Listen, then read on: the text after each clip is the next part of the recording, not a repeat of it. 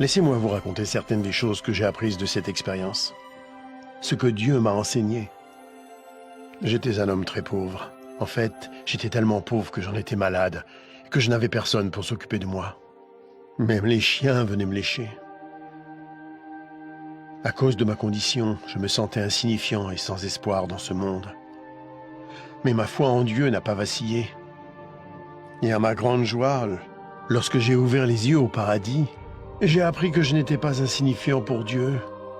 Il connaissait toutes mes pensées. Il savait même combien j'avais voulu rencontrer Abraham. Alors il l'a envoyé, lui Abraham, pour m'accueillir et me souhaiter la bienvenue. Lorsqu'Abraham, le père de notre foi, m'a salué, je fus envahi par la joie. Comment un tel homme béni de Dieu pouvait-il s'intéresser à moi? Apparemment abandonné de Dieu et sans utilité. Vous êtes-vous déjà senti ignoré, oublié, insignifiant? Dieu ne vous a pas oublié.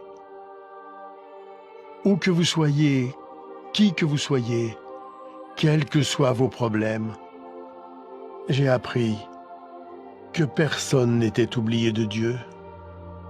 Mon histoire prouve que rien ne peut nous séparer de l'amour de Dieu. Le riche était dominé par sa richesse, son influence et le luxe. Il traitait mieux ses animaux de compagnie que moi. Il aimait les biens de ce monde et en a profité pendant toute sa vie. Il y avait des jours où je me demandais si Dieu savait qu'il n'était même pas prêt à m'accorder les miettes qui tombaient de sa table. Je sais maintenant que Dieu regardait. Le riche n'avait jamais perdu sa fierté et son arrogance, même en enfer.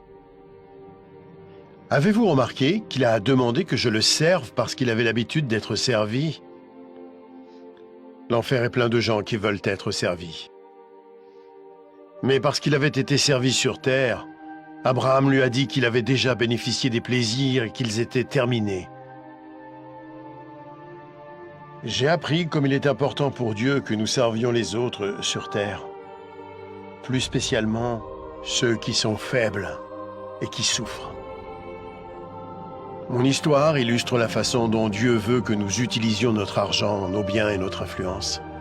Il est clair qu'une courte période nous est accordée sur Terre pour tester la façon dont nous utilisons ce que Dieu nous accorde, pour nous-mêmes ou pour les autres. Ce n'est pas faux d'avoir des biens ou d'être pauvre. Ce qui est faux, c'est de refuser de servir les autres. Jésus-Christ a dit que même lui était venu servir, non pour être servi. Si vous utilisez l'argent et tout ce que Dieu vous a donné pour servir les autres, il sera satisfait, quoi que vous possédiez.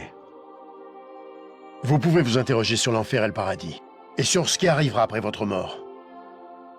Christ viendra au dernier jour pour juger le monde. Le jour du jugement, le méchant sera envoyé en enfer, un lieu de tourment terrible et infini. Mais le juste sera emmené au paradis.